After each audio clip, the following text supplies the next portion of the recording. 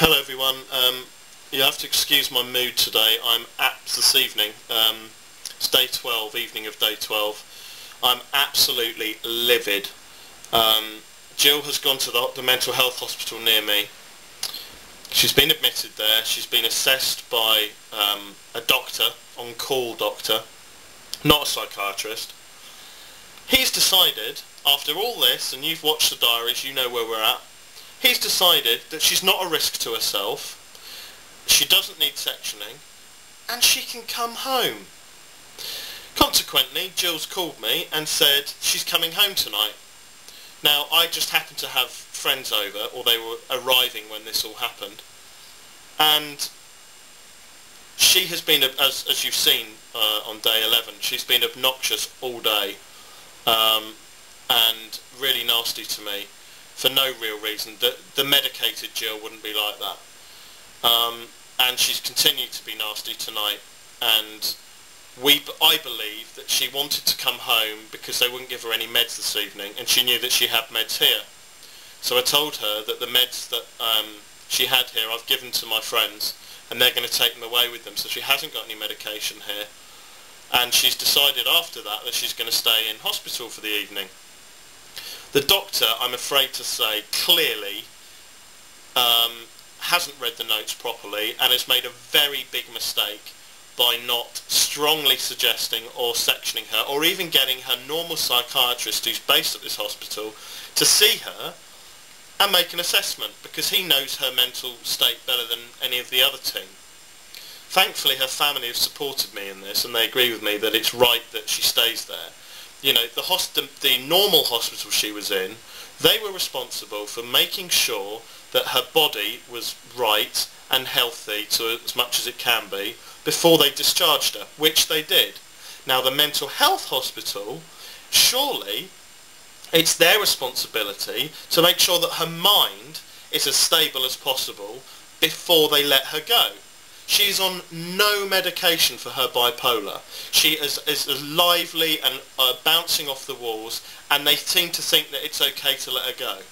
I mean, where do these people get off? You know, how can they release somebody whose body is still recovering from an overdose she took 2 days ago, and think that because she sat down in her assessment, and she's obviously been very clever in getting herself to that position, and said that, you know, and rightly, I don't want to be in a hospital, it unstables me, which it does, but they seem to think that she's best at home. Now, she's being obnoxious with me. She's 1 minute she's up, the next minute she's down. She's bouncing all over the walls. I haven't been consulted or prepared for the fact that she's going to come home. How is it possibly best for her, or for me, if she just comes home for the night? And apparently the deal was that she'd go back into the hospital tomorrow. But I know for a fact she hates the places. She's not going to voluntarily go back in. She's going to stay at home and try and self-medicate. So she has agreed to stay there, but I'm quite expecting her to rock up here at any time. She's a joint tenant in this flat, so she can come in, and she has as much rights to be here as me, and she knows that. So I think she's going to discharge herself. And come home. So quite possibly the next part of this video diary will be her as well, at home, probably not talking to me and having a tantrum.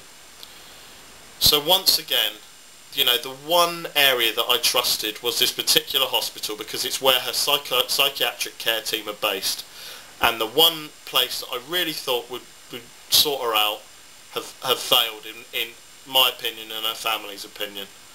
So thank you, British Mental Health.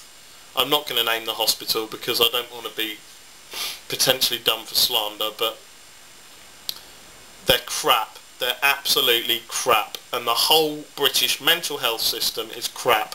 If you've had a good experience in the UK with any form of NHS mental health, please add some comments and let me know, because I have not seen any possible explanation or proof that it's actually worthwhile and it makes sense. The only time this country and the NHS take notice is when someone's made more than one attempt at their own life. That's the only time that they give a shit.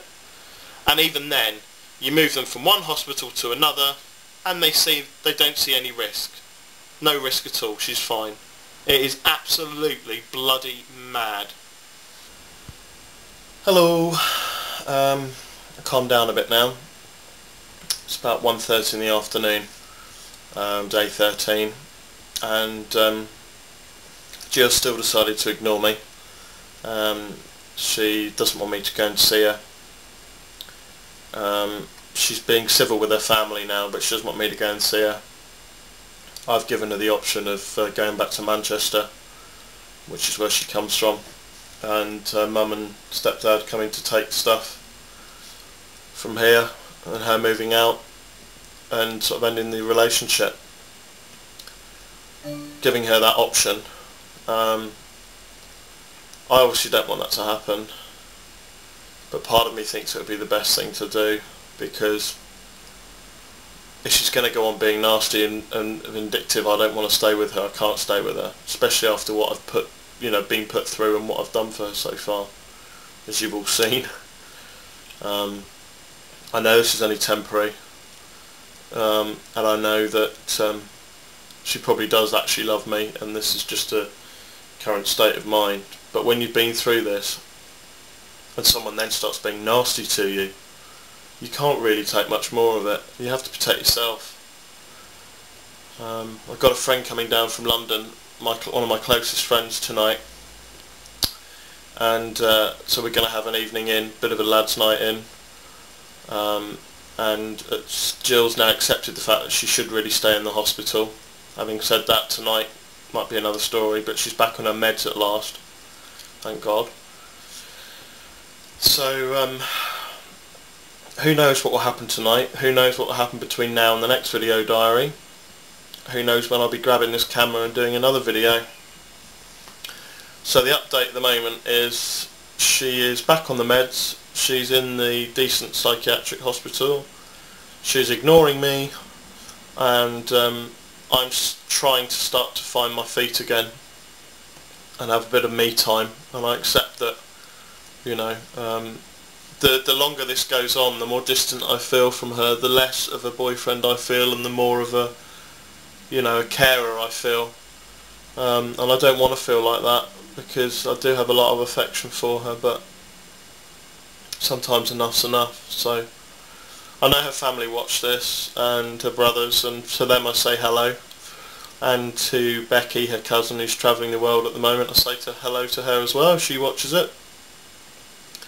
And they understand what's going on. They know that there's only so much one human being can take.